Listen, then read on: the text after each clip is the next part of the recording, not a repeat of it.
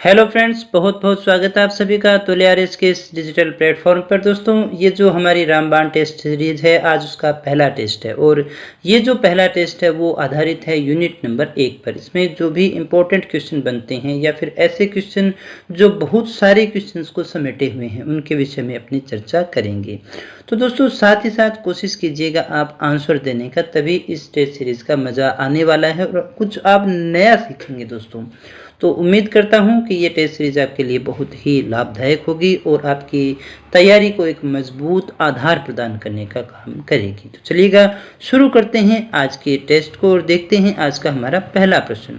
तो दोस्तों, निम्न में से आपको असुमेलित बताना है। ये हमारे पास में 4 तथ्य हैं, 4 परिभाषाएं हैं, जिनमें से एक परिभाषा जो है वो असुमेलित है और आपको वही बतानी है छांट करके कि निम्न में से असुमेलित कौन सी है। पहली परिभाषा है दोस्तों, बाल विकास मनोविज्ञान की वह शाखा है जिसमें जन्म पूर्व अवस्था से परिपक्व अवस्था तक होने वाले विकास का अध्ययन किया जाता है। ये बर्क की है। दूसरा है बाल विकास गर्भावस्था से किशोरावस्था के प्रारंभ तक के विकास का अध्ययन है, क्रो एंड क्रो की है। तीसरी हमारी परिभाषा है बालक स्वयं विकासोन्मुख होने वाला पौधा है, फ्रोबेल की है। या फिर चौथी जो परिभाषा है हमारी, बालक में सच्ची शक्ति का निवास होता है, उसकी मुस्कुराहट ही सामाजिक प्रेम और उल्लास की आधारशिला है। क्या होगा हमारा सही आंसर? क्या ये गैरेट के द्वारा दी गई है? यानी अच्छे से पढ़िएगा इनको और कोशिश कीजिएगा आंसर देने की, क्योंकि यहाँ पर आपको बताना है इनमें से कौन सा हमारा सही नहीं है, यानी असुमेलित कथन जो है हमारा वो कौन सा है।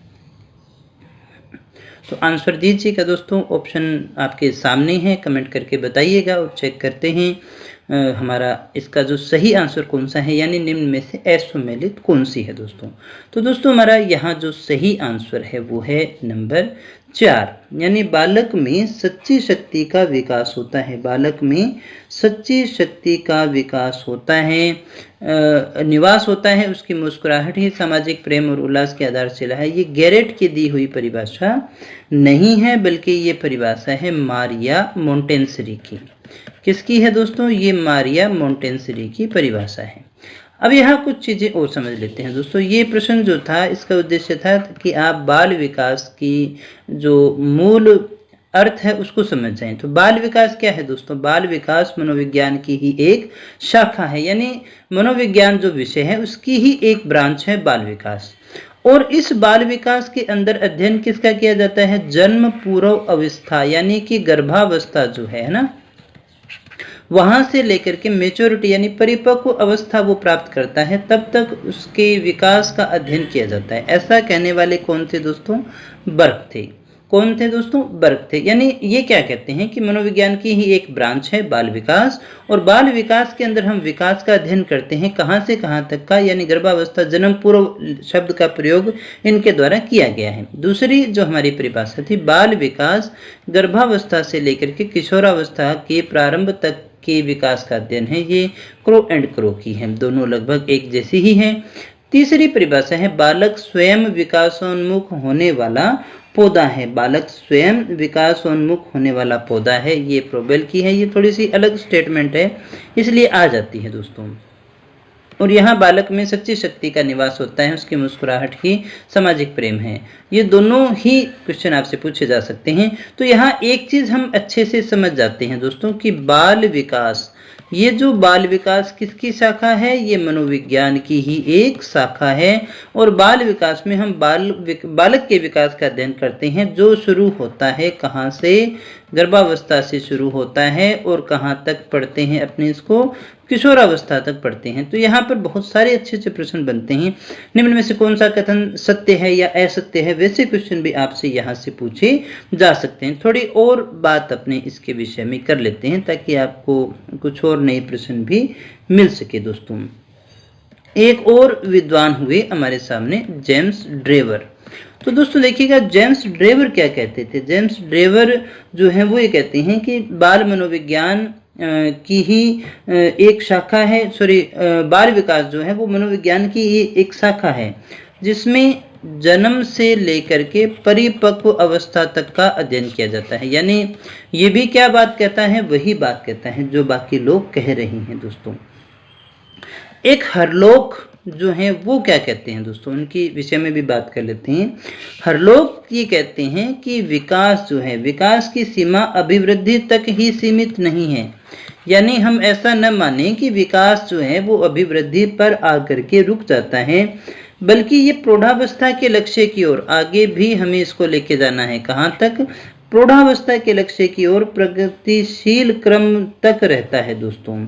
और इसी के कारण जो है, इस विकास के कारण ही बालक के अंदर नवीन विशेषताएं और नवीन योग्यताएं जो हैं प्रस्फुटित होती हैं। तो अगर वैसे भी पूछे सबसे लंबी परिभाषा हो तो आप इसी को कर देना, लेकिन यहाँ जो हम सीख रहे हैं कि विकास अभिवृद्धि तक इसने नहीं रखा, ये आगे उसको प्रौढ़ावस्था तक लेकर के जाते हैं और ये कहते हैं कि इसी के द्वारा जो है बालक के अंदर नवीन विशेषताएं और नवीन योग्यताएं जो हैं वो आती हैं दोस्तों। तो दोस्तों ये कुछ एक परिभाषाएं थी जो हमें याद करनी है। अब ये गेरेट थी, अब ये गेरेट की तो है नहीं, तो फिर गेरेट ने क्या कहा था दोस्तों? गेरेट ने एक बहुत अच्छी बात कही और ये प्रश्न आ भी जाता है। गेरेट कहते हैं आनुवंशिकता व वातावरण, आनुवंशिकता व वातावरण एक दूसरे के सहयोगी हैं। आनुवंशिकता और वातावरण जो है वो एक दूसरे के सहयोगी हैं और दोनों ही बालक के विकास के लिए क्या हैं? अनिवार्य हैं। तो अगर आपसे पूछा जाए आनुवंशिकता और वातावरण को विकास के लिए सहयोगी और अनिवार्य किसने बताया है, तो वो बताया है गेरेट ने। गेरेट की परिभाषा में आपको ऐसी चीजें देखने को मिलती हैं। तो उम्मीद करता हूँ ये बात आप अच्छे से समझ गए होंगे कि बाल विकास क्या है। गर्भावस्था से लेकर के किशोरावस्था तक का अध्ययन किया जाता है दोस्तों। तो दोस्तों आगे अपने अध्ययन करते हैं अगले प्रश्न का और देखते हैं अगला प्रश्न हमारा कौन सा है। तो दूसरा प्रश्न है हमारा, इनमें से आपको सत्य बताना है दोस्तों। ये 3 स्टेटमेंट हैं और इनमें से आपको सत्य बताना है, कौन सा हमारा सत्य है। बाल मनोविज्ञान विकास, व्यवहार या विषय वस्तु पर अधिक ध्यान देता है, जबकि बाल विकास उसकी प्रक्रिया पर बल देता है। समझिएगा, बाल मनोविज्ञान क्या करता है? विकास, व्यवहार और विषय वस्तु पर ध्यान देता है, जबकि बाल विकास जो है उसकी प्रक्रिया पर बल देता है। बाल मनोविज्ञान में गर्भावस्था से बाल्यावस्था पर ही विशेष ध्यान दिया जाता है, जबकि बाल विकास गर्भावस्था से किशोरावस्था तक का अध्ययन करता है। और तीसरी बात है, मानव विकास का प्रारंभिक काल बाल विकास है। मानव विकास के सभी पहलुओं का अध्ययन विकासात्मक मनोविज्ञान में होता है। तो ये 4 ऑप्शन आपके पास में है, आपको बताना है केवल एक सही है, केवल 2 व 3 सही है, 1 व 3 सही है, या फिर ये सारे के सारे कथन जो है वो हमारे सही हैं दोस्तों। तो क्या है दोस्तों हमारा सही आंसर? तो दोस्तों हमारा जो सही आंसर है वो है नंबर 4, यानी ये सारे के सारे कथन जो हैं हमारे सही हैं। अब ध्यान देने वाली बात दोस्तों ये है कि हमारे पास में 2 शब्द हैं, एक तो है बाल मनोविज्ञान और एक हमारे पास में आता है बाल विकास। तो दोस्तों हुआ ये कि बाल मनोविज्ञान के स्थान पर बाल विकास शब्द आने लग गया दोस्तों, यानी बाल मनोविज्ञान जो शब्द था उसी के स्थान पर हमने बाल विकास शब्द का परिवर्तन कर दिया, उसी को प्रयोग करना शुरू कर दिया। क्योंकि हुआ ऐसा कि विकास के कुछ पक्षों में तो बाल मनोविज्ञान की अपेक्षा बाल विकास के ढंग जो है उसके अध्ययन पर बल दिया जाना शुरू हो गया। विकास के कुछ पक्ष है उसमें बाल मनोविज्ञान की उपेक्षा थी और बाल विकास के आधार पर ही हमने उसमें अध्ययन करना शुरू किया। अब दोनों में डिफरेंस क्या था जिसके कारण हमने बाल विकास का प्रयोग किया? तो देखिएगा दोस्तों, बाल मनोविज्ञान था, बाल मनोविज्ञान क्या करता है? विकास, व्यवहार और विषय वस्तु पर बल देता है, जबकि बाल विकास क्या करता है? केवल प्रक्रिया पर बल देता है, इसलिए हमें जानना अनिवार्य था। दूसरा कि बाल मनोविज्ञान में गर्भावस्था से बाल्यावस्था तक का ही ध्यान होता है, बाल मनोविज्ञान बाल्यावस्था तक ही होता है, जबकि बाल विकास जो है वो किशोरावस्था तक आता है, इसलिए ये थोड़ा सा ज्यादा ब्रॉड था, इसलिए अपने इसको शब्द को प्रयोग में लेना शुरू कर दिया दोस्तों। वैसे भी हम ये कहते हैं कि बाल मनोविज्ञान जो है उसमें बालक का व्यवहार जिस वातावरण परिवेश में होता है उस पर कम ध्यान दिया जाता है। तो बाल मनोविज्ञान जो है उसमें जिस वातावरण में उसका देखिए विकास होता है उसके ऊपर कम ध्यान दिया जाता है, जबकि बाल विकास जो है उसमें वातावरण के कारकों पर बहुत ज्यादा ध्यान दिया जाता है। तो इसलिए बाल विकास जो है थोड़ा सा और ज्यादा ब्रॉड हो जाता है दोस्तों। इसी के साथ एक और चीज हमने यहाँ पर समझी थी कि मानव विकास का प्रारंभिक काल जो है, मानव विकास का प्रारंभिक काल जो है वो बाल विकास का काल माना जाता है और मानव विकास के सभी पहलुओं का अध्ययन। अब देखिएगा, मानव विकास का प्रारंभिक काल तो कौन सा है? बाल विकास है। लेकिन अगर आपसे पूछा जाए मानव विकास के सभी पहलुओं का अध्ययन किसमें होता है, तो वो बाल विकास में नहीं होता, वो विकासात्मक मनोविज्ञान के अंतर्गत होता है दोस्तों। और विकासात्मक मनोविज्ञान जो है, जिसकी अपने यहाँ बात कर रहे हैं, विकासात्मक मनोविज्ञान जो है उसमें परिपक्वता तक के अध्ययन को तो हमने बाल विकास की श्रेणी में रखा है, लेकिन गर्भावस्था से लेकर के जीवन पर्यंत तक का जो विकास है वो इसमें शामिल होता है। यहाँ और समझ लीजिएगा, अगर हम कहें बाल विकास, तो दोस्तों बाल विकास तो कहाँ तक था? किशोरावस्था तक था। किशोरावस्था तक हमने इसको देखा था, या फिर मेच्योरिटी तक हमने लिया था, यानी जब वो परिपक्वता प्राप्त कर लेता है।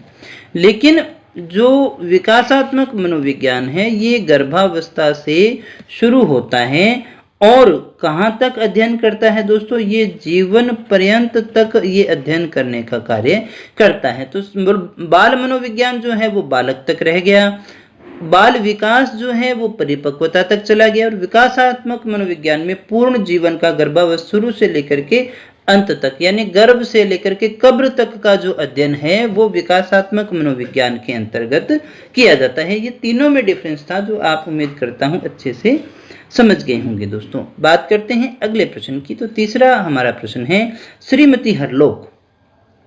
श्रीमती हरलोक क्या कहती है कि विकास में गर्भ में आने से लेकर के मृत्यु तक मानव में परिवर्तन होता है, और ये परिवर्तन मुख्यतः 4 होते हैं। ये 4 परिवर्तनों में कौन सा परिवर्तन जो है इसमें शामिल नहीं है दोस्तों? तो श्रीमती हरलोक क्या कहती हैं कि विकास जो है उसमें गर्भ में आने से लेकर के मृत्यु तक मानव में परिवर्तन होते रहते हैं। ये परिवर्तन 4 प्रकार के होते हैं, 4 परिवर्तन मुख्य होते हैं। इनमें से कौन सा उनके बताए हुए में शामिल नहीं था दोस्तों? आकार में परिवर्तन, अनुपात में परिवर्तन, पुराने चिन्हों की लुप्तता, या फिर बुद्धि में परिवर्तन। क्या होगा दोस्तों हमारा सही आंसर? अच्छे से पढ़िएगा और आंसर करने की कोशिश कीजिएगा। दीजिएगा भाई आंसर जल्दी से।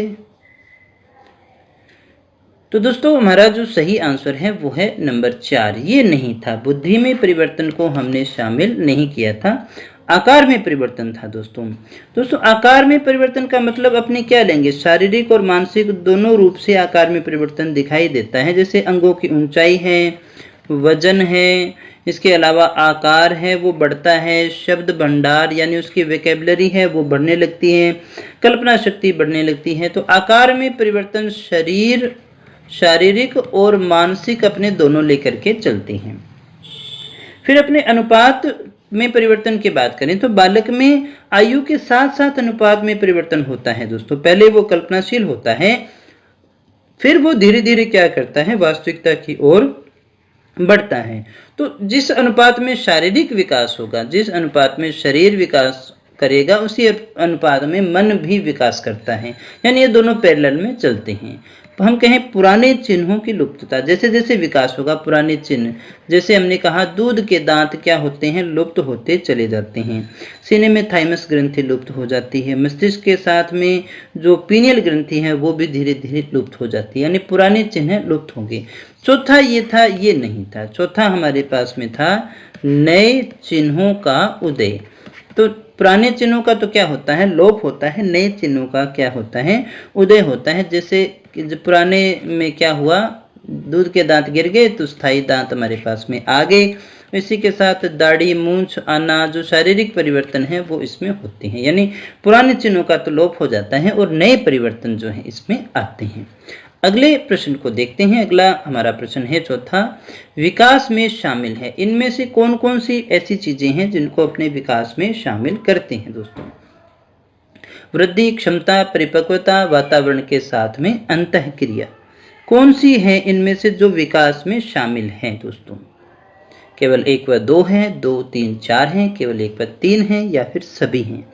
क्या है दोस्तों हमारा सही आंसर? तो दोस्तों हमारा जो सही आंसर है वो है नंबर 4। ये सारे के सारे ही वृद्धि भी शामिल है, क्षमता, परिपक्वता, वातावरण के साथ अंतःक्रिया, ये सारी की सारी चीजें शामिल होती है दोस्तों। यहाँ हम जो कंफ्यूज हो जाते हैं उसको अभी समझ लेते हैं। एक तो होता है अभिवृद्धि, एक होता है हमारे पास में विकास। तो देखिएगा अभिवृद्धि क्या है? अभिवृद्धि तो एक निश्चित आयु तक चलती है, उसके बाद में बंद हो जाती है। लेकिन विकास की अगर अपने बात कहें तो विकास जीवन पर्यंत चलने वाली प्रक्रिया होती है। ये निश्चित रूप से आगे चलता रहता है। तो निश्चित आयु तक है, इसलिए ये एक संकुचित अवधारणा भी रहेगी, और ये जीवन पर्यंत चलता है, इसलिए ये एक व्यापक अवधारणा भी आ जाती है।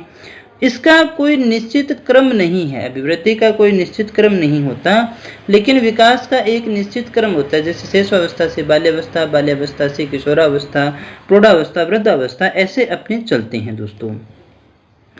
चौथी बात कि इसको माप तोल संभव है, विकास का माप तोल संभव नहीं है। यानी अभिवृद्धि कितना भार बढ़ा उसको अपने माप सकते हैं, लेकिन उसने क्या क्या नई चीजें सीखी वो अपने नहीं देख सकते हैं दोस्तों। ये हमें दिखाई देता है, यानी लंबाई बड़ी दिखाई देती है, लेकिन विकास जो है उसने क्या क्या नए गुणों का विकास हुआ वो हमें दिखाई नहीं देता। अभिवृद्धि जो है, अभिवृद्धि वास्तव में तो क्या है, विकास का ही पार्ट है। यानी अभिवृद्धि जो है विकास का ही हिस्सा है, लेकिन विकास जो है वो एक चहुमुखी प्रक्रिया है, यानी चारों ओर होता है। विकास स्वतंत्र होता है, लेकिन अभिवृद्धि जो है वो विकास के अधीन कार्य करती है। और वैसे भी आप देखें अभिवृद्धि जो है उसका स्वरूप कैसा होता है, बाह्य स्वरूप होता है। लेकिन विकास क्या है दोस्तों, एक आंतरिक प्रक्रिया है। विकास कैसी प्रक्रिया है? विकास हमारी एक आंतरिक प्रक्रिया हुआ करती है, ये भी आपको समझ लेना चाहिए। दूसरा कि अभिवृद्धि का कोई लक्ष्य होता है क्या? अभिवृद्धि का कोई लक्ष्य नहीं होता है, लेकिन विकास हम कर रहे हैं तो उसका हमारे पास में कोई ना कोई लक्ष्य होता है दोस्तों।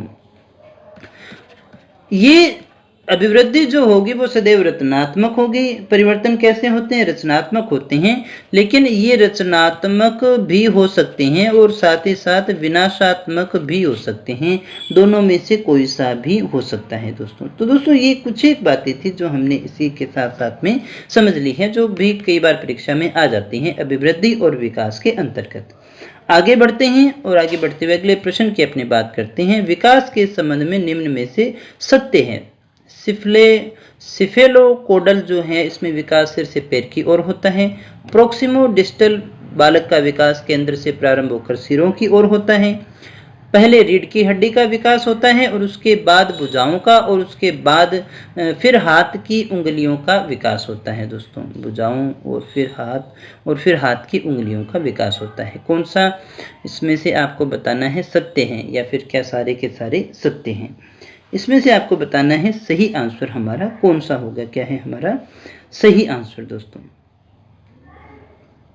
तो दोस्तों बताइएगा क्या है हमारा सही आंसर, अच्छे से आपने पढ़ लिया होगा।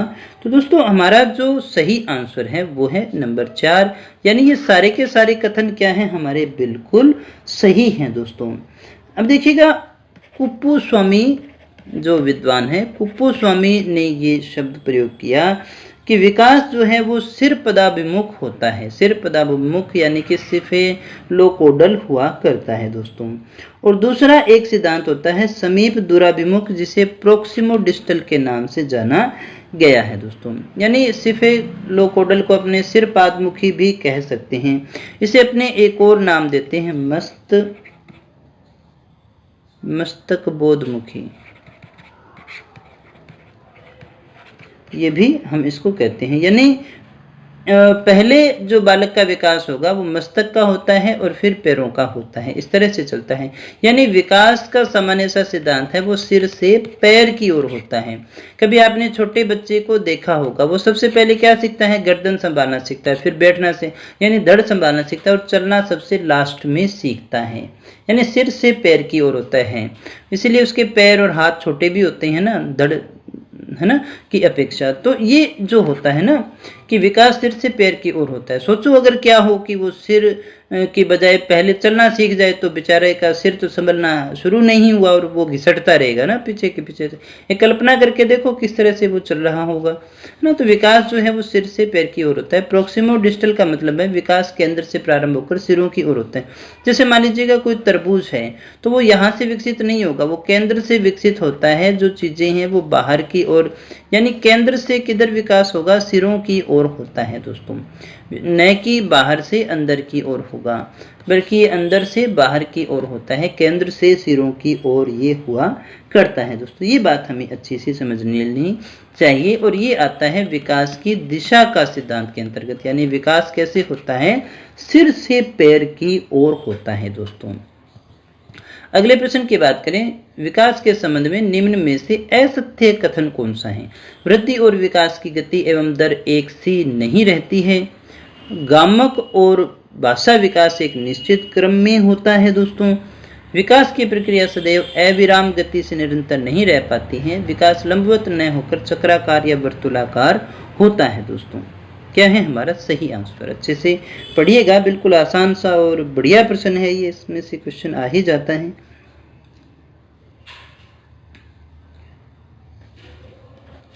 तो दोस्तों हमारा जो सही आंसर है वो है नंबर 3, यानी विकास की प्रक्रिया सदैव अविराम गति से निरंतर नहीं रह पाती है, बल्कि रह पाती है, निरंतर होती रहती है दोस्तों।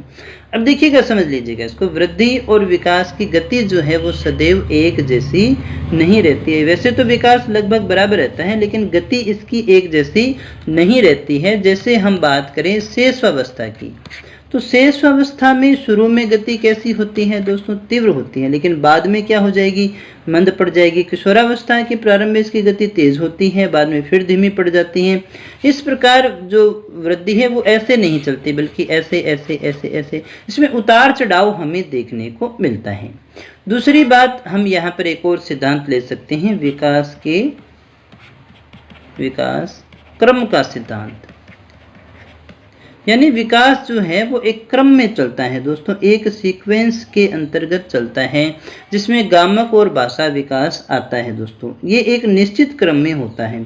यानी सीखेंगे कैसे, LSRW के रूप में अपने सीखते हैं। पहले लिसनिंग है, स्पीकिंग है और फिर रीडिंग है दोस्तों। विकास क्रम का सिद्धांत यहाँ पर लागू होता है। तो ये कथन भी हमारा क्या था, सही था, ये भी हमारा सही था। एक निरंतर विकास का सिद्धांत, ये जो हमारी लाइन है किससे संबंधित है, निरंतरता के सिद्धांत से संबंधित है। ये सारे के सारे विकास के सिद्धांत है दोस्तों। निरंतरता का क्या कहता है कि निरंतर विकास की प्रक्रिया जो है अविराम गति से निरंतर चलती रहती है, यानी कभी भी समाप्त नहीं होती। यह गर्भ से लेकर के कब्र तक चलती है।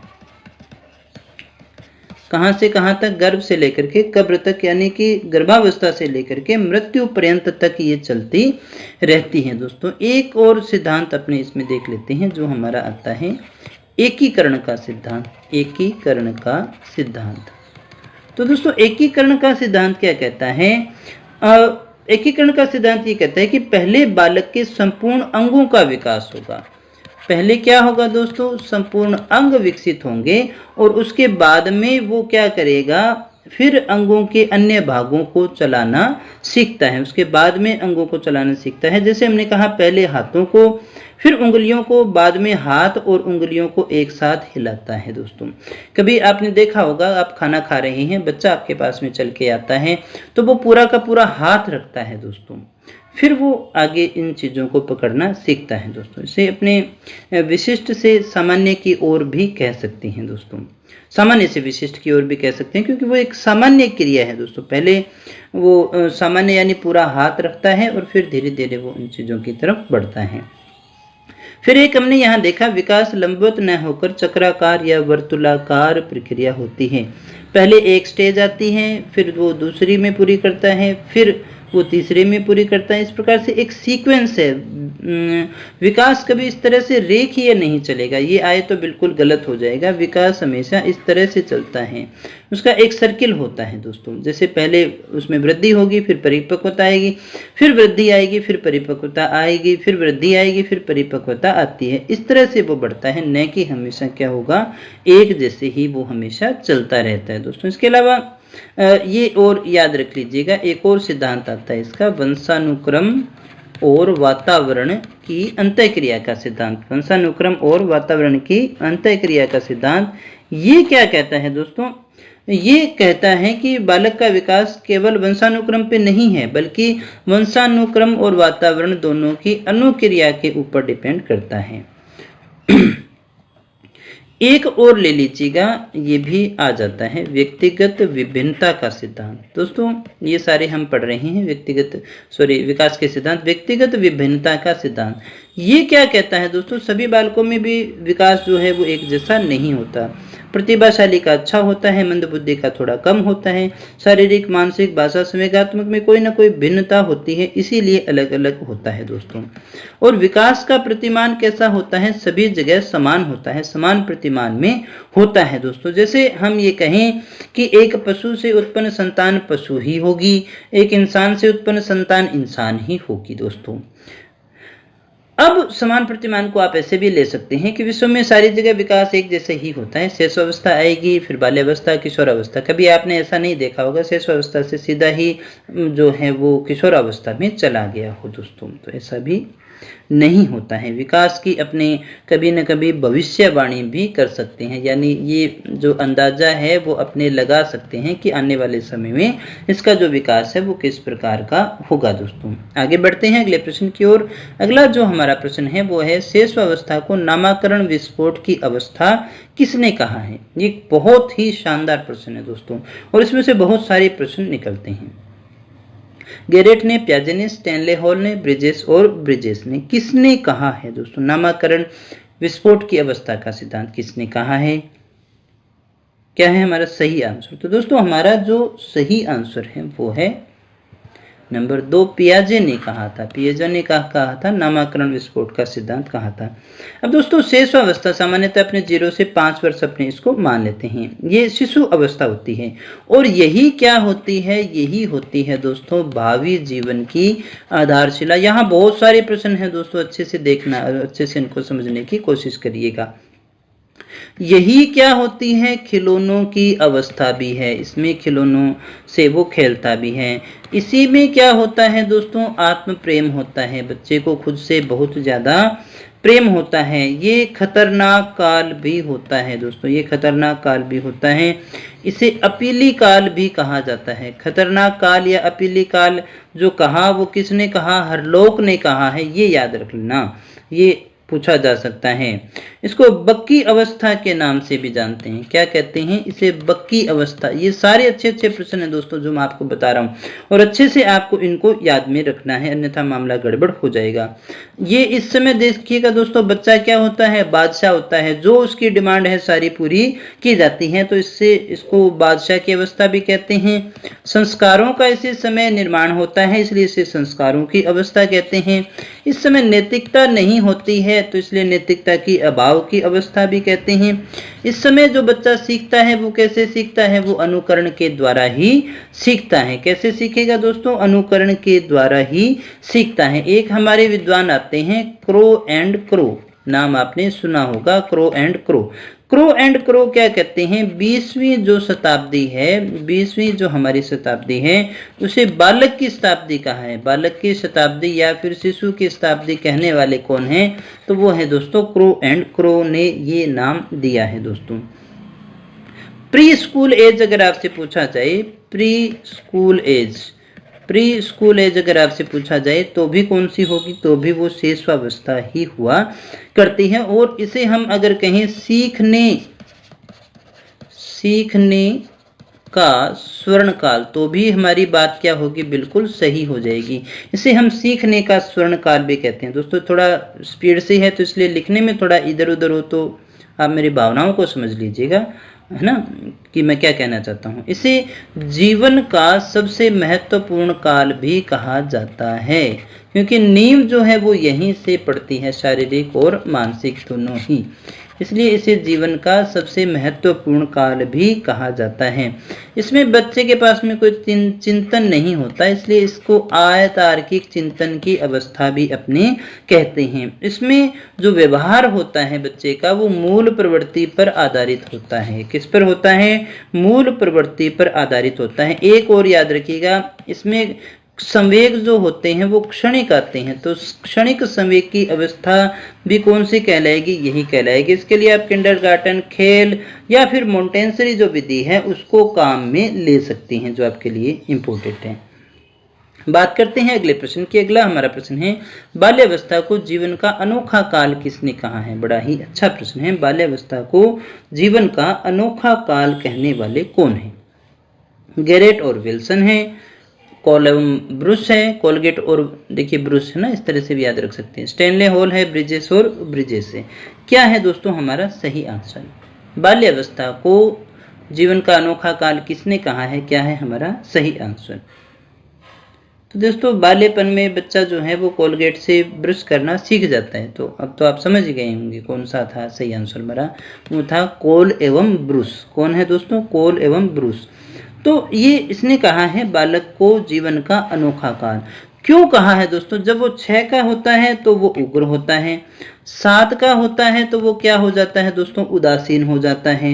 उसमें अकेलेपन का गुण आपको देखने को मिलेगा, उसमें अकेलेपन का गुण आता है। जब वो 8 साल का होता है तभी वो इसी में रहता है। फिर उसमें 9वें साल में जब आता है तो उसमें समूह की भावना जो है विकसित होने लगती है। और उसके बाद के जो साल है, इसके बाद के जो साल है उसमें वो रोमांचक कार्य करना चाहता है। तो इस प्रकार से अनोखी अनोखी चीजें इसमें मिलती हैं, इसलिए इसे जीवन का अनोखा काल कहा जाता है दोस्तों।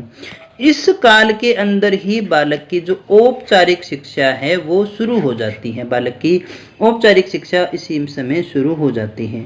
अगर आपसे पूछा जाए जीवन का निर्माणकारी काल किसे कहा जाता है, निर्माणकारी काल, तो निर्माणकारी काल जो कहा था वो फ्रॉयड ने कहा था। और किसको कहा था, बाल्यकाल को ही कहा था। तो जीवन का निर्माणकारी काल भी कौन सा है, बाल्यावस्था ही कहलाती है दोस्तों। एक और आता है प्रतिद्वंद्वात्मक। ये सारे स्टेटमेंट हैं, आपको अच्छे से याद करने हैं। प्रतिद्वंद्वात्मक ये मैं आपको पढ़ा भी चुका हूँ। समाजीकरण का काल, इसका उद्देश्य ये है कि आप थोड़ा सा रिवीजन भी साथ साथ हो जाए। ये किसने कहा था दोस्तों, ये कहा था किलपैट्रिक ने। ये कहने वाला कौन था, किलपैट्रिक। प्रतिद्वंद्वात्मक समाजीकरण यानी कंपटीशन से उसके अंदर क्या होता है, सामाजिकता का विकास होता है। और इसी समय जो इसमें है सर्वाधिक जो सामाजिक विकास है दोस्तों वो इसी समय हमें देखने को मिलता है। एक हमारे पास में आता है छद्म परिपक्वता का काल। ये भी बहुत बार पूछा जाता है, यानी ये आपको मैच्योर दिखाई देगा। बच्चा जो है इस काल के अंदर मैच्योर दिखाई देगा, लेकिन वास्तव में वो होता नहीं है, बिल्कुल नहीं होता। कई बार वैसी समझदार की बातें करेगा, आपको ये लगेगा अरे मेरा बच्चा तो बहुत समझदार है, लेकिन वो छद्म है, छुपी हुई है। और ये कहने वाले कौन थे दोस्तों, तो ये कहने वाले थे रोस। एक और यहाँ से प्रश्न जो है वो बहुत बार पूछा जाता है। अगर आपसे पूछा जाए वैचारिक अवस्था का काल, वैचारिक अवस्था का काल, तो भी कौन सा कहलाएगा, तो भी यही कहलाता है, बाल्यावस्था है। शिक्षा की दृष्टि से काफी इंपॉर्टेंट है। नेतृत्व की इच्छा इसमें होती है। एक याद रखिएगा, समलिंगीय मित्रता, समलिंगीय मित्रता यहाँ इस समय होती है। साथ ही साथ समूह की भावना भी आपको यहाँ पर मिलती है। यहाँ जो ग्रुप जो बनते हैं वो होमोसेक्सुअल होते हैं। और साथ ही साथ ग्रुप स्पिरिट जो है वो आपको इसमें देखने को मिल जाएगी दोस्तों। इसको भी अपने क्या कहते हैं, गेम एज कहते हैं। इसका क्या नाम है दोस्तों, गेम एज। इसे अपने गेम एज के नाम से भी जानते हैं और साथ ही साथ गैंग एज के नाम से भी जानते हैं। दोनों इसी के नाम से ही आते हैं। साथ ही साथ हम इसे कह सकते हैं एलिमेंट्री। एलिमेंट्री स्कूल एज जो है वो भी हमारी कौन सी है, यही होती है। एक और अवस्था याद रखिएगा, सारस अवस्था। ये भी कई बार परीक्षा में पूछा गया है। ये उत्तर बाल्यावस्था जो है उसके लिए ये शब्द काम में आता है।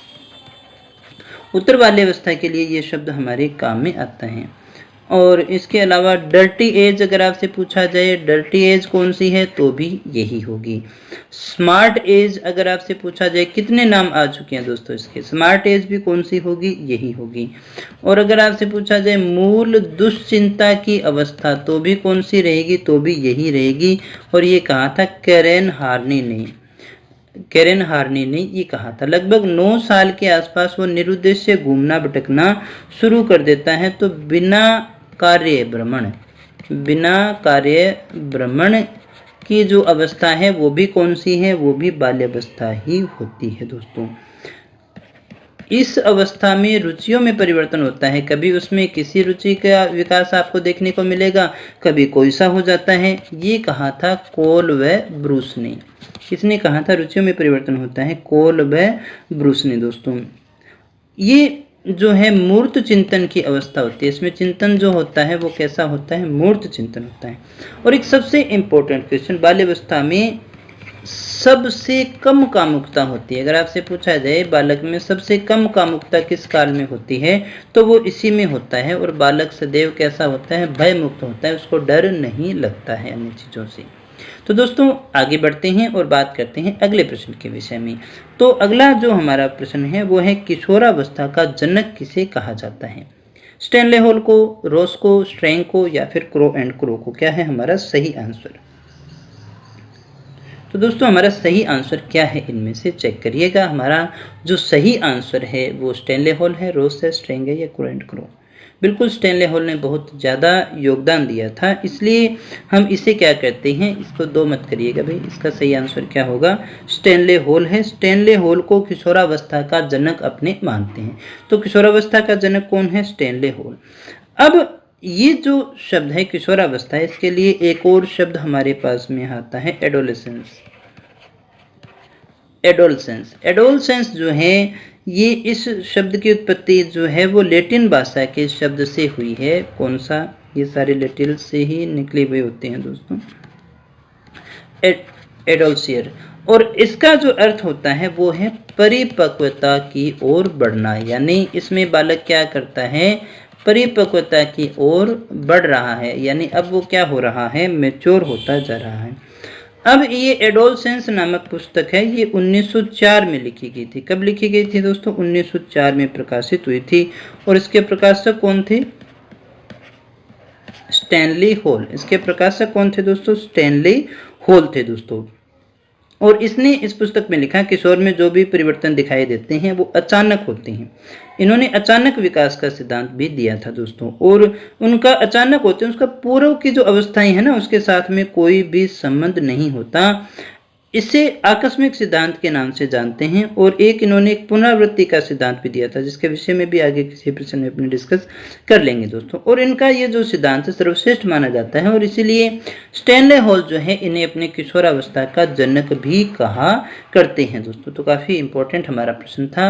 अगले प्रश्न को देख लेते हैं। एज ऑफ ब्यूटी किसे कहते हैं? Age of puberty, sorry, age of puberty अपनी किसे कहते हैं दोस्तों? बाल्यावस्था, पूर्व किशोरावस्था, शेषावस्था या फिर उत्तर किशोरावस्था? एज ऑफ प्यूबर्टी अपनी किसे कहेंगे? क्या है हमारा सही आंसर? तो दोस्तों हमारा जो सही आंसर है वो है नंबर 2। पूर्व किशोरावस्था जो है उसे अपने एज ऑफ प्यूबर्टी भी कहते हैं, एज ऑफ ब्यूटी भी कहते हैं, और इसे अपने टीन एज के नाम से भी जानते हैं दोस्तों।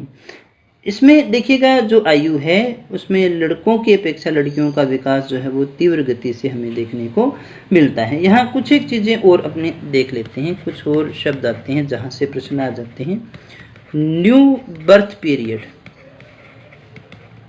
न्यू बर्थ पीरियड ये कौन सा है दोस्तों? ये किशोरावस्था होती है। कौन सी होती है? किशोरावस्था होती है। और ये कहने वाले कौन थे? Stanley hall. ये किसने कहा था? स्टैनली हॉल ने कहा था दोस्तों। परिवर्तन का काल कहें तो यही है, दबाव, तूफान, संघर्ष का काल। ये क्वेश्चन तो सभी को अच्छे से याद होगा। अगर पूछा जाए जीवन का सबसे कठिन काल तो वो भी कौन सा है? किशोरावस्था ही है दोस्तों। कहने वाले कौन थे? किलपैट्रिक। याद रख लीजिएगा, कैसे कठिन और कैसे किलपैट्रिक। इसको अपने एक और नाम देते हैं दोस्तों, ट्रांजिशन पीरियड के नाम से जानते हैं।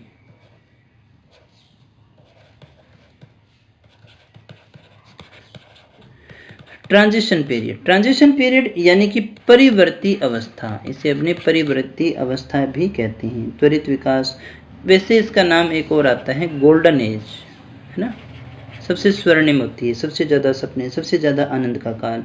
स्प्रिंग एज भी कहते हैं अपने इसको, स्प्रिंग एज यानी कि बसंत ऋतु का काल। इसमें समायोजन वो नहीं कर पाता है, देशभक्ति बहुत होता है, वीर पूजा की भावना होती है, चहुमुखी विकास होता है। एक चीज यहाँ पर जो है वो देखिएगा, डे ड्रीमिंग आपको यहाँ देखने को मिलती है। डे ड्रीमिंग यानी कि दिवा स्वप्न की जो प्रवृत्ति है, बैठे बैठे सपना लेता रहता है। और चिंतन जो है वो यहाँ पर आते आते कैसा हो जाता है, उसका अमूर्त चिंतन हो जाता है। इसमें समस्याएं हैं तो आनंद भी है दोस्तों। तो ये किशोरावस्था की कुछ बातें हमने यहाँ कर ली है। आगे अपने किशोरावस्था के त्वरित विकास के सिद्धांत की बात कर लेते हैं। ये किसके द्वारा दिया गया था दोस्तों? किशोरावस्था के लिए त्वरित विकास का सिद्धांत किसने दिया था? स्टैनले हॉल ने, थॉर्नडाइक व होलिंग ने, जर्सील्ड ने दिया था या फिर रोज के द्वारा दिया गया था? दोस्तों किसने दिया था ये सिद्धांत आपको बताना है। तो दोस्तों हमारा जो सही आंसर है वो है नंबर 1। ये किसने दिया था? स्टैनले हॉल के द्वारा दिया गया था दोस्तों। त्वरित विकास का सिद्धांत स्टैनले हॉल ने 2 सिद्धांत दिए। एक तो दिया था त्वरित विकास का सिद्धांत 1904 के अंदर। और स्टैनले हॉल क्या कहते हैं कि शैशवावस्था और बाल्यावस्था में कोई परिवर्तन नहीं होते हैं, लेकिन किशोरावस्था में जो भी परिवर्तन होते हैं वो कैसे होते हैं? अकस्मात होते हैं, यानी अचानक से होते हैं, जिसका पीछे से कोई लेना देना नहीं होता। दूसरा एक हमारे आते हैं, एक और सिद्धांत है क्रमिक विकास का सिद्धांत। इसकी भी बात कर लेते हैं। क्रमिक विकास का सिद्धांत, क्रमिक विकास के सिद्धांत के जो समर्थक हैं वो है हमारे थॉर्नडाइक और साथ ही साथ है होलिंगवर्थ। ये किशोरावस्था के विकास से संबंधित है। ये क्या कहते हैं कि उनके अनुसार किशोरावस्था में जो भी परिवर्तन होते हैं वो एक साथ न होकर के, एकदम से न होकर के धीरे धीरे होते हैं। तो 2 सिद्धांत आते हैं। त्वरित विकास का सिद्धांत तो किसके द्वारा दिया गया था दोस्तों? स्टैनले हॉल के द्वारा। और ये कहते हैं कि विकास में जो इस काल में जो परिवर्तन होते हैं वो अचानक से हो जाते हैं, पिछले से उनका कोई लेना देना नहीं है। लेकिन क्रमिक विकास का सिद्धांत क्या कहता है कि विकास क्रमिक होता है, धीरे धीरे होता है, अचानक से इसमें कोई परिवर्तन नहीं होता है। अगले प्रश्न को देखिए, फ्रॉयड का मनोलैंगिक विकास सिद्धांत किसने दिया था? फ्रॉयड का मनोलैंगिक विकास सिद्धांत किसके द्वारा दिया गया था दोस्तों? तो यहाँ तो ये प्रश्न के अंदर नाम आ ही गया है, तो फिर यहाँ तो कोई प्रश्न बचता नहीं है ना, क्योंकि अगर आपसे पूछा जाए मनोलैंगिक विकास का सिद्धांत किसके द्वारा दिया गया था तो आपका आंसर होता। तो बताइएगा फिर भी क्या है हमारा सही आंसर? क्या हमें इतना भी आता है या फिर नहीं आता है दोस्तों? क्या होगा सही आंसर? बिल्कुल अब तो कर ही लोगे ना, चौथा है ना। तो मनोलैंगिक विकास का सिद्धांत किसके द्वारा दिया गया था दोस्तों? मनोलैंगिक विकास का सिद्धांत फ्रॉयड के द्वारा दिया गया था। इसने 5 अवस्थाएं बताई थी, ये पेपर में आ सकती है। पहली अवस्था जो थी मुख्य अवस्था थी। कौन सी थी दोस्तों? मुख्य अवस्था थी। मुख्य अवस्था है कि कामुकता की मानते हैं, ये जन्म से लेकर के 18 माह। इसमें थोड़ा बहुत आपको अलग अलग में परिवर्तन देखने को मिल सकता है, लेकिन आप खाली नाम याद रख लेंगे तो भी आपका काम चल जाएगा। गुदीय अवस्था दूसरी है। तीसरी जो हमारी आती है वो है लैंगिक अवस्था। तीसरी कौन सी होगी? लैंगिक। और चौथी जो आती है वो अदृश्य अवस्था। और जो हमारी 5वीं अवस्था आती है वो है जननेंद्रिय अवस्था। ये 5 अवस्थाएं होती हैं मनोलैंगिक विकास के अंदर, इनके द्वारा ये सिद्धांत दिया गया था। और ये कहते थे कि फ्रॉयड ये मानते थे कि व्यक्तित्व के विकास के ऊपर उसकी काम शक्ति का बहुत ज़्यादा प्रभाव पड़ता है। और इन्होंने काम शक्ति के लिए एक शब्द का प्रयोग किया था, वो शब्द था लिबिडो। तो लिबिडो किसके लिए आता है? काम शक्ति के लिए आता है। तो ये आपको याद हो जाना चाहिए थोड़ा सा प्रश्न। आगे बढ़ते हैं, अगले प्रश्न को देखते हैं। सामाजिक प्रत्याशा को विकासात्मक पाठ किसने कहा था? सामाजिक प्रत्याशा को विकासात्मक पाठ किसने कहा था? हेविंगहर्स्ट ने, थॉर्नडाइक ने, जर्सील्ड ने या फिर बांडुरा ने? ये दोस्तों सामाजिक विकास से संबंधित है, क्योंकि जन्म के समय में बालक में कोई सामाजिकता का गुण नहीं होता है, धीरे धीरे वो समाज में रहता है और चीज़ों को सीखता है। तो दोस्तों क्या है हमारा सही आंसर? अब तक पढ़ लिया होगा। बिल्कुल आपका बांडुरा आंसर सही नहीं है, क्योंकि आपका सही आंसर है हेविंगहर्स्ट। कौन सा है दोस्तों? हेविंगहर्स्ट। तो देखिएगा दोस्तों, प्रत्येक ये ऐसे कह गया, सामाजिक प्रत्याशा क्या है उसको समझ लीजिएगा। यानी प्रत्येक अवस्था बालक जिस जिस स्टेज में है तो बच्चों से कुछ उम्मीद की जाती है, जिसको अपने सामाजिक प्रत्याशा कहते हैं। और हेविंगहर्स्ट इसी सामाजिक प्रत्याशा को क्या कहते हैं? विकासात्मक पाठ के नाम से जानते हैं दोस्तों। और विकासात्मक कार्य का जो कंसेप्ट है उसको सबसे पहले हेविंगहर्स्ट ने ही दिया था। ये विचार उनके द्वारा ही दिया गया था दोस्तों। और विकासात्मक कार्य का सिद्धांत इन्होंने दिया था। क्या दिया था? विकासात्मक कार्य।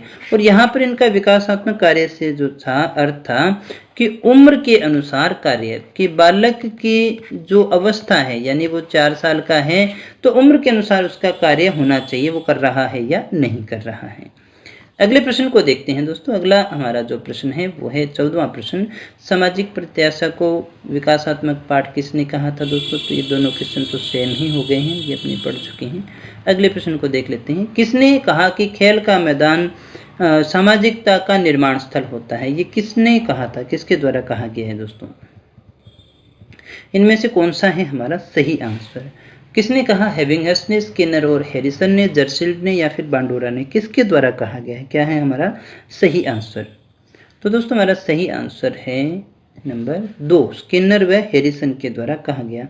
ये भी सामाजिक विकास से ही संबंधित है दोस्तों। स्किनर और हैरिसन क्या कहते हैं कि खेल का मैदान सामाजिकता का निर्माण स्थल है, तो ये याद रखिएगा। तो इनके अनुसार जो है अगर आपसे पूछा जाए तो कि सामाजिकता का विकास सबसे ज़्यादा कहाँ होता है, तो खेल के मैदान में होता है। और देखिएगा दोस्तों, दुर्खीम महोदय जो थे उन्होंने कहा था परिवार जो है वो जीवन की पहली पाठशाला है। परिवार क्या है दोस्तों? जीवन की पहली पाठशाला है। अगले प्रश्न को देखते हैं दोस्तों। मनोसामाजिक विकास के सिद्धांत का प्रतिपादन किसके द्वारा किया गया था? हमें बताना है मनोसामाजिक विकास का जो सिद्धांत है ये किसने दिया था दोस्तों? किसने दिया था? एरिक्सन ने, स्किनर व हैरिसन ने, जर्सिल्ड ने या फिर हेनरी मैन ने? किसके द्वारा दिया गया था? क्या है हमारा सही आंसर दोस्तों? तो दोस्तों हमारा जो सही आंसर है वो इन चारों में से ही है। आपको भी तो बताना है ना, कुछ कमेंट करके बताइएगा। तो दोस्तों सही आंसर हमारा वो है नंबर 1, एरिक्सन ने दिया था। तो एरिक्सन जो है हमारे वो नव फ्रॉयडवादी वैज्ञानिक माने जाते हैं दोस्तों। इन्होंने पूरी जीवन अवधि को 8 भागों में बांटा था। ये हमारा अच्छा प्रश्न बनता है और कई बार परीक्षा में आता भी है।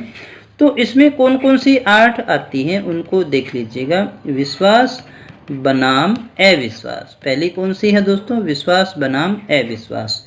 दूसरी कौन सी है? स्वतंत्रता बनाम लज्जाशीलता। और तीसरी कौन सी है दोस्तों? पहल शक्ति बनाम दूषित। पहल शक्ति बनाम दूषित। और चौथी कौन सी है दोस्तों? परिश्रम बनाम हीनता। ये हमारी चौथी होगी। पांचवी कौन सी होगी? अहम बनाम भूमिका संभ्रांति। ये हमारी पांचवी हो गई। छठी की बात करें दोस्तों, घनिष्ठता बनाम, तो बनाम वाले सारी कौन सी हैं? इन्हीं की है दोस्तों, विलगन। सातवीं कौन सी हो जाएगी दोस्तों? जननात्मकता बनाम स्थिरता। जननात्मकता बनाम स्थिरता। और आठवीं की बात करें, अहम संपूर्णता बनाम निराश्य। अहम संपूर्णता बनाम निराश्य, जो कि 65 साल के बाद में आती है ना। घनिष्ठता बनाम जो है 18 से 35 की है। इनके भी अलग अलग टाइम हम इन्होंने बताए थे, लेकिन अभी इतना समय नहीं है कि इन सभी के विषय में चर्चा करें। ये पूरा मैं आपको क्लासेज में बता चुका हूँ, वहाँ भी आप देख सकते हैं। मनोसामाजिक विकास के सिद्धांत का प्रतिपादन किसने के द्वारा किया गया? ये क्वेश्चन तुमने कर लिया है। एरिक्सन ने संपूर्ण जीवन अवधि को कितनी अवस्थाओं में बांटा था? तो ये भी हमने अच्छे से देख लिया है, 4, 6, 8 में बांटा था। उन 8 की अपने बड़े अच्छे से चर्चा कर चुके हैं। तो अगले प्रश्न को देख लेते हैं। अगला हमारा 19वां प्रश्न है, जीन पियाजे ने नैतिक विकास को कितने भागों में बांटा था? ये हमारा बड़ा अच्छा प्रश्न है।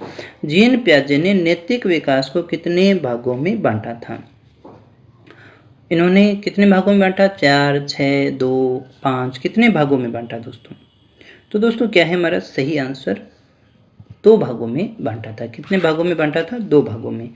एक तो था हमारा परायत नैतिकता की अवस्था, ये था, जिसको अपने कह सकते हैं पर केंद्रित उन्मुक्तता।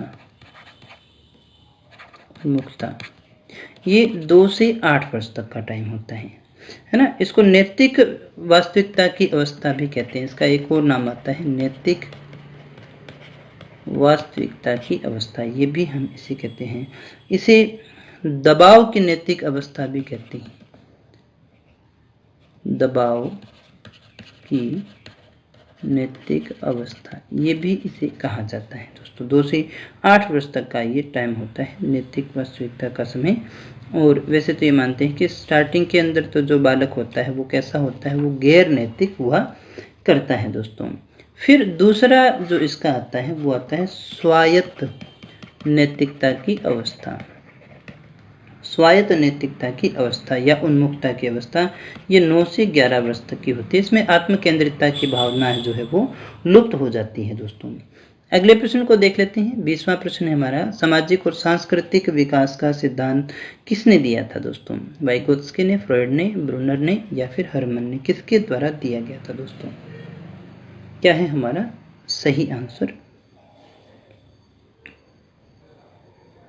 तो दोस्तों हमारा सही आंसर है नंबर 1, वाइगोत्स्की के द्वारा ये सिद्धांत दिया गया था दोस्तों। वाइगोत्स्की कहते हैं कि बालक के संज्ञानात्मक विकास जो है, संज्ञानात्मक विकास में समाज और संस्कृति का बहुत ज़्यादा योगदान रहता है। ये यूएसएसआर के देखिए मनोवैज्ञानिक थे, यानी रूस के मनोवैज्ञानिक थे, और उस समय सोवियत संघ था।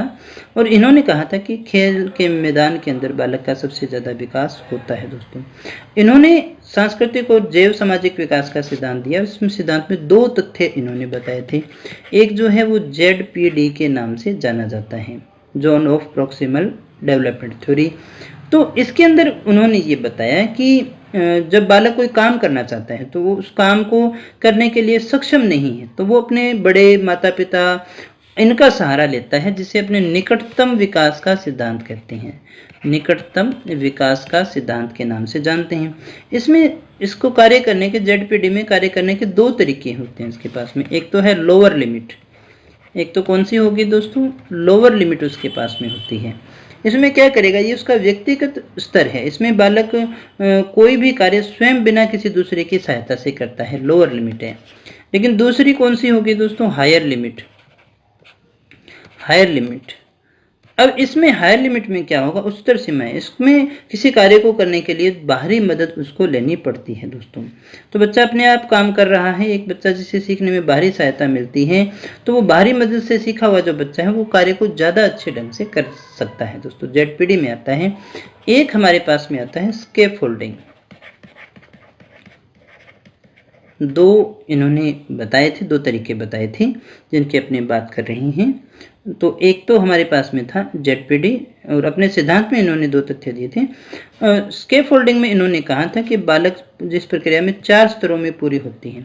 सबसे पहले तो वो क्या करता है, दूसरों से मदद लेता है, एक चरण। दूसरे में वो क्या करता है, स्वयं समझता है, समस्या जो है उसको स्वयं समझता है। तीसरे के अंदर वो क्या करेगा, स्वयं हल करने का प्रयास करेगा, हल का प्रयास करता है। और चौथे के अंदर उसमें क्या होती है, दूसरों की मदद की निपुणता उसमें आ जाती है। इस प्रकार से उसका जो है वो विकास होता है दोस्तों, सामाजिक और सांस्कृतिक जैव विकास उसका होता है। यानी स्कैफोल्डिंग के अंदर उसके अंदर कितनी बातें हैं, 4 बातें हैं जो हमने देखी है दोस्तों। और भी बहुत सारे प्रश्न बनते हैं जिनको अपने नेक्स्ट टेस्ट के अंदर, यानी वेडनेसडे को अपने अगला टेस्ट आएगा, तब हम उसके विषय में अच्छे से चर्चा करेंगे दोस्तों। वीडियो अच्छा लगा हो तो लाइक कर देना, दोस्तों के साथ में शेयर कर देना। अगर आप करंट अफेयर्स और टेस्ट सीरीज और अन्य चीज़ों के लिए हमसे जुड़ना चाहते हैं तो हमारी एंड्रॉयड एप्लीकेशन है, 2 एंड्रॉयड एप्लीकेशन है, राकेश सरतुल्य RS के नाम से और अतुल्य RS के नाम से। दोनों में से जो आपको अच्छी लगे दोनों को भी आप डाउनलोड कर सकते हैं, और बहुत सारा स्टडी मटेरियल आपको वहाँ पर मिलने वाला है। तो दोस्तों मिलते हैं नेक्स्ट वीडियो में, तब तक बने रहिए मेरे साथ। Thank you very much.